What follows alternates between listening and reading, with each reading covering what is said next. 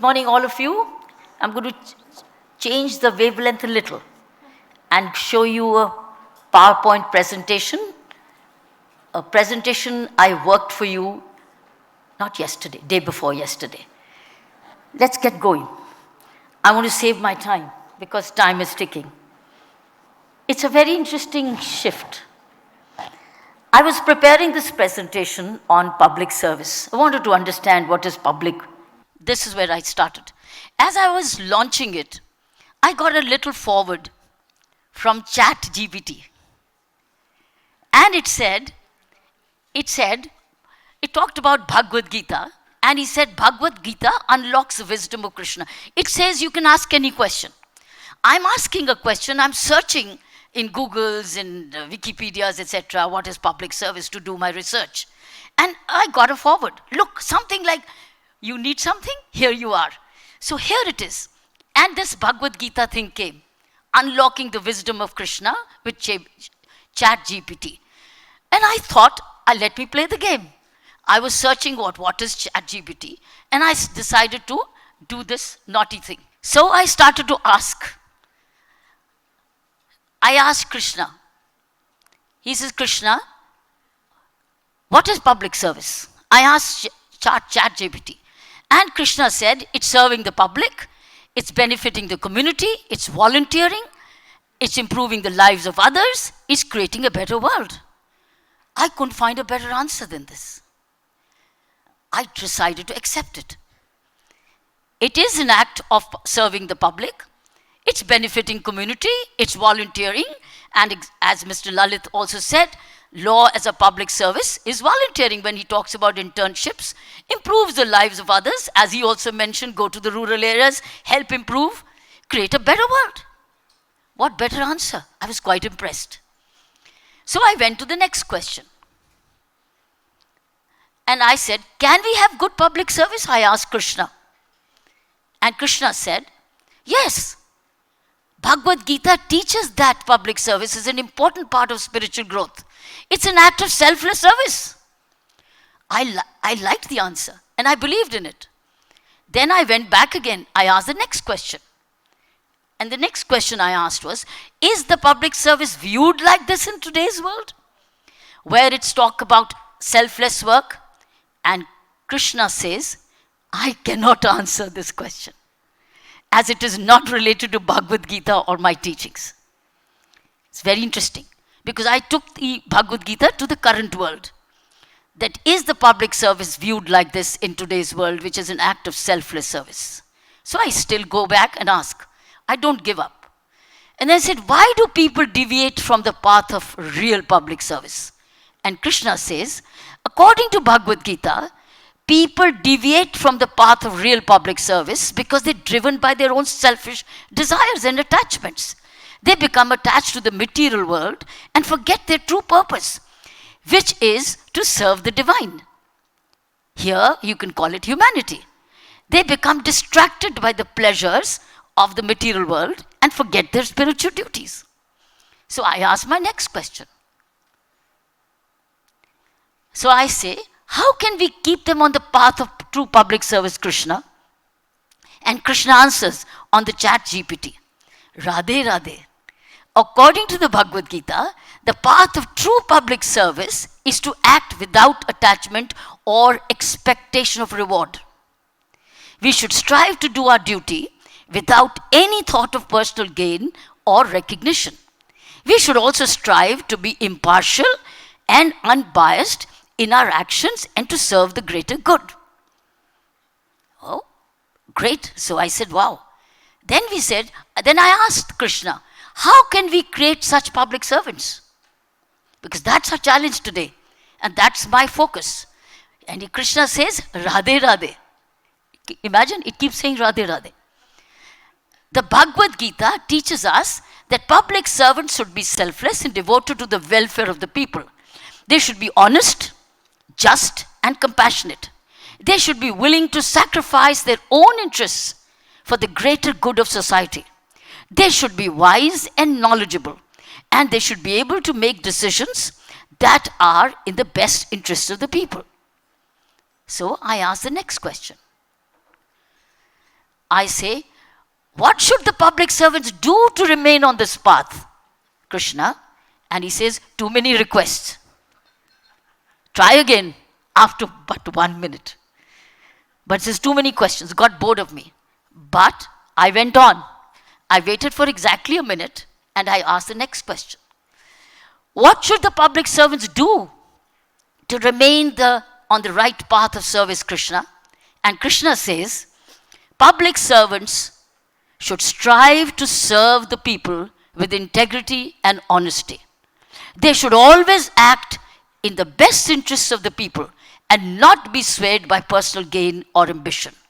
They should also strive to uphold the law and ensure justice is served. So I have one more question. I asked Krishna, what are the key practices the public servants should follow to be good public servants?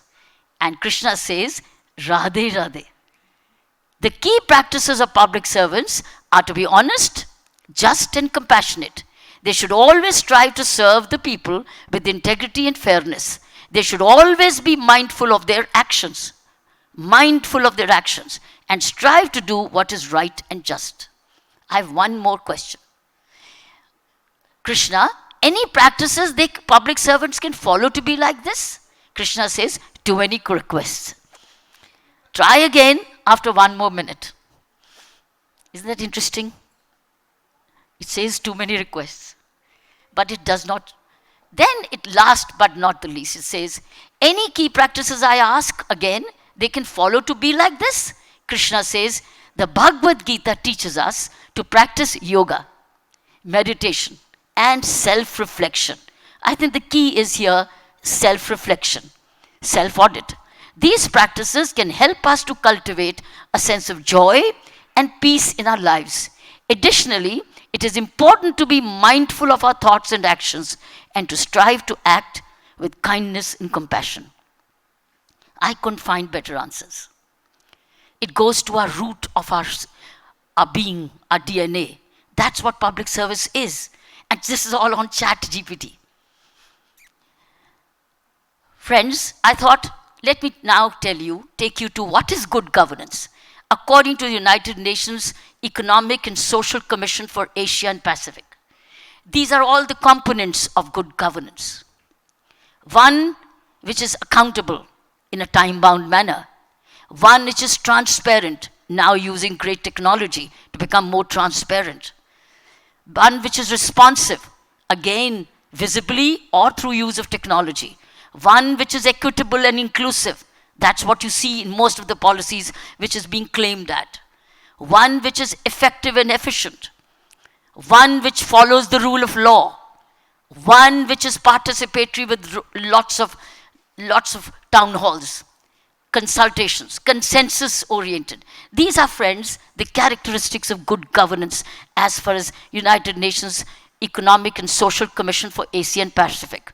This is what public servants are expected to be doing: accountable, transparent, responsible, equitable, effective, and efficient, following the law, consensus, etc., participatory.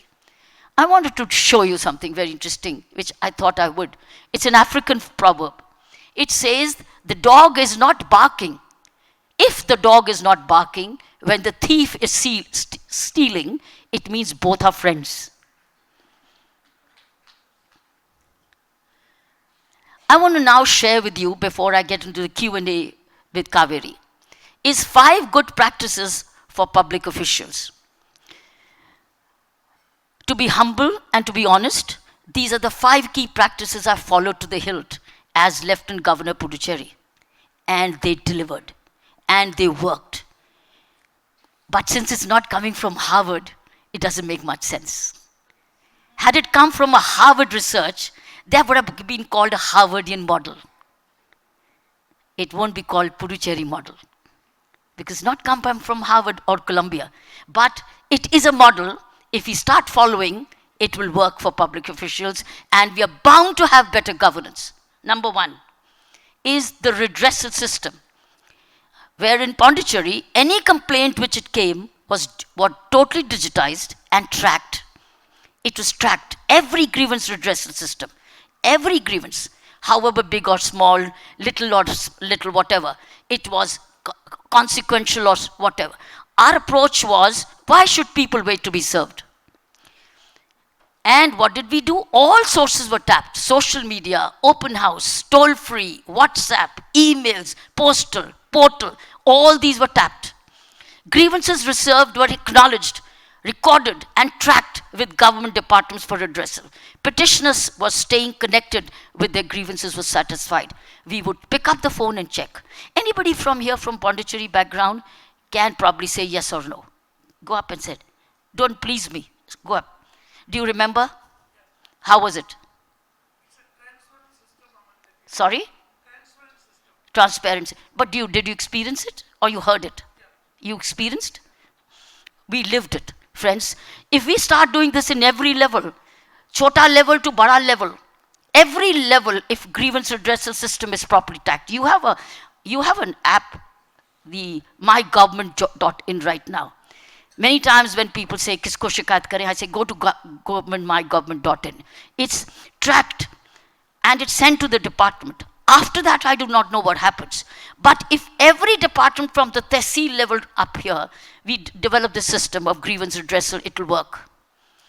Second, we absolutely did CSR mobilization in Mission Ridge. Pondicherry was going dry, friends, and they had no money. And whatever money they had was very little. And public contractors were not giving orders to PWD because they were not sure of bills being paid. And Pondicherry being going dry and it was getting saline waters, poor men were buying Bisleri water. We tapped the CSR and government spent no money. We got the machinery and the contractor paid directly. And we only, as junior engineers, supervised the irrigation canal cleaning. And we left Puducherry 7 meters high. By the time we left, it is because of the CSR mobilization of the Lucas, the Inox, the MRFs, etc. We had these, and we left. Do you know what? We spent millions and millions on PWDs.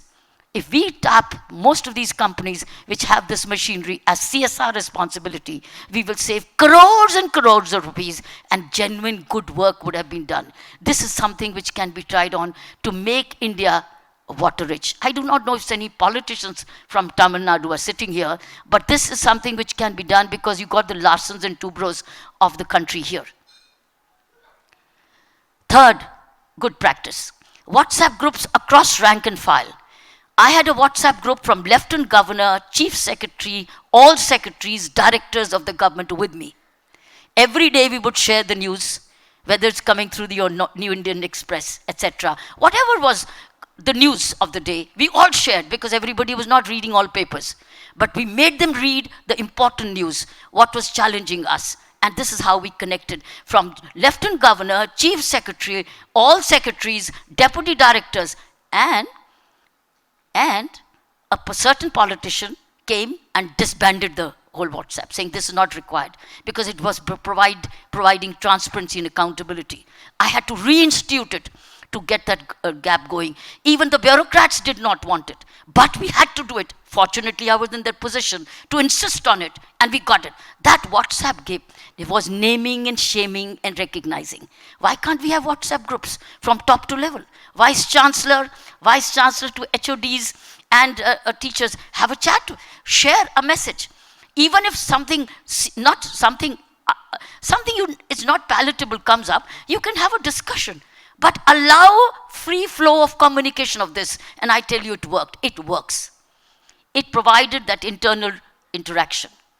And fourth, financial prudence and strict adherence to financial rules. If we strict adherence to spending according to the budget allocated, and there the finance secretaries of the day, chief secretaries of the day saying this is beyond the budget, cannot be done. And not say shift yahan se yahan, shift yahan se yahan. No, go back to the assembly and get the shift cleared, because you cannot do the shifts like this. You got to go back because the budget is approved by the assemblies. If you have making a shift, go back to the assembly to ask for a change of the heads. Once we were adhering to this in Pondicherry, we were maintaining financial prudence. We did it, much to the annoyance. And of course, we cut out all our business travels. And we kept a close watch on wasteful expenses. Most of all, we promoted the DBT, the direct bank transfer. That's a big boon which has saved crores of rupees to the government of India by direct bank transfers.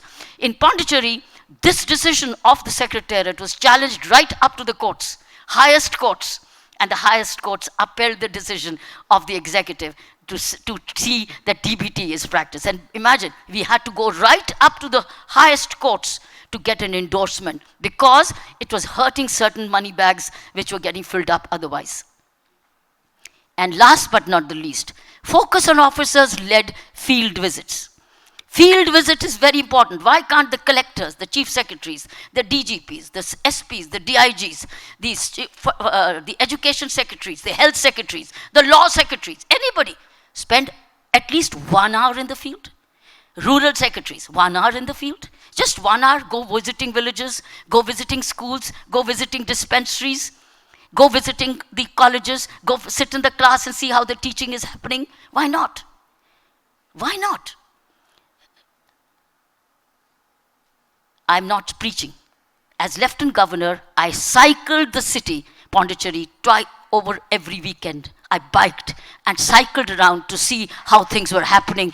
And in that biking, friends, in that biking, NCC students would join me, NSS students would join me, cops would join me, volunteers would join me, but we went to the dirty ponds, the dirty areas to get the matter cleaned up. Why not? That was, or in a bus together, rather than every car going around separately, we would all jump into a bus and go to areas together, all departments together on the wheel, government on the wheel. Collectors can do this, SPs can do this, secretaries can do this, chief secretaries can do this. The ministers can do this. Why not sit down together? Why go so many cars with so many sirens? Sit in a bus and go to the place of solutions or problems. Listen to this. Self-discipline. What exactly do you mean by that? The rule number 1 is to get vitamin N. It's on discipline. Vitamin N. Yes. That's the rule number 1. You need to inject yourself with vitamin N. N is for? N is to learn to say no. That's a vitamin. Yeah. That's how to get self-discipline. Secondly is setting your priorities right. Thirdly is avoid complaining.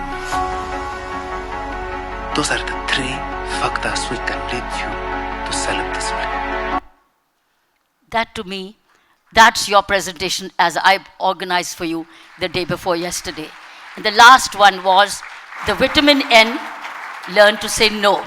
Public servants will have to have the courage in the conscience to say no. And second is get your priorities right. Get your purpose intact. You came to this public service to serve the people.